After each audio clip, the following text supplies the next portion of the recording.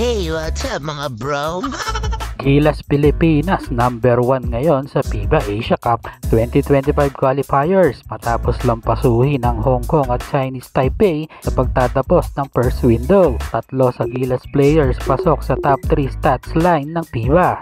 Ito na kaya ang simula ng pag-angat ng Gilas Basketball sa Asia. Malaki ba ang naging epekto ni Coach Tim para mag #1 ang Pinas ngayon sa stats ng FIBA? O mas maigi na bumalik si Coach Shot Reyes para sa learning experience? Payag ka ba? Pero baka naman pwede kang mag-subscribe sa aking channel na medyo malamyak. Pero sa umpisa lang yan at babawi sa dulo. Matapos nga talunin ng Gilas Pilipinas ang Hong Kong at Chinese Taipei, marangkada ang stats line ng Gilas sa FIBA rankings sa katatapos lang na first window ng FIBA. Number 1 sa points per game ang Gilas na may 100 points per game at 51% yan sa field. At naungusan nga ang Asian powerhouse na Australia na may 95.5 points lang per game. Pangatlo naman ang mga Tall Blacks na may 88.5 point per game. Number 1 din ang Gilas pagdating sa total points sa dalawang laro nito. Kasunod pa din ng Australia na may 191 points at Tall Blacks naman na may 177 points sa dalawang laro sa first window.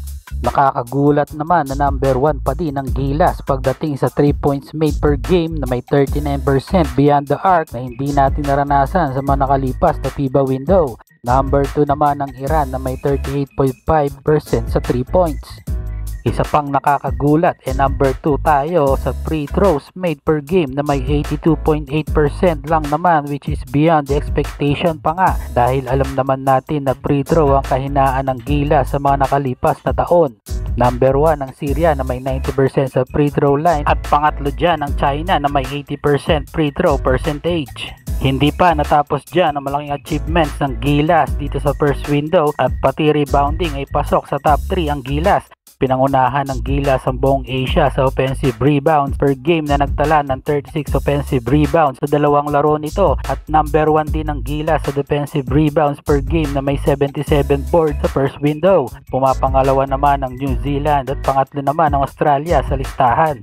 Kung blocks per game naman ang pag-uusapan number 1 ang Gilas sa listahan na may 12 blocks sa dalawang laro nito. Sinundan naman ng New Zealand na may 8 blocks at Thailand na may 8 blocks din. Malaking tulong talaga ang presensya at depensa ni Kai Sotto sa nakalipas na dalawang laro dahil nga isa si Kai Sotto sa mga defensive threat ng Gilas na maging international media ay pinupuri ang batang Gilas player.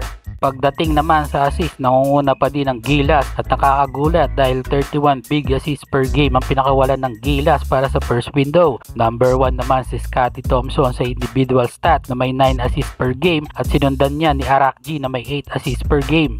Dalawa naman sa Gilas ang pasok sa top 3 most efficient player sa first window at pinangunahan niya ng naturalized player ng Gilas na si Justin Brownlee na nagtala ng 32.5 points per game at sinundan niya ni Jin Kyu-hoo ng China na may 27 points per game. At syempre pasok sa top 3 ang Gilas center na si Kai Sotto na may 27.5 points per game para sa dalawang laro. Ito na kaya ang simula ng pag-angat ng Gilas Basketball sa Asia. Malaki ba ang naging epekto ni Coach Tim para mag #1 ang Pinas ngayon sa stats ng FIBA? O mas maigi na bumalik si Coach Shot Reyes para sa learning experience? Payag ka ba?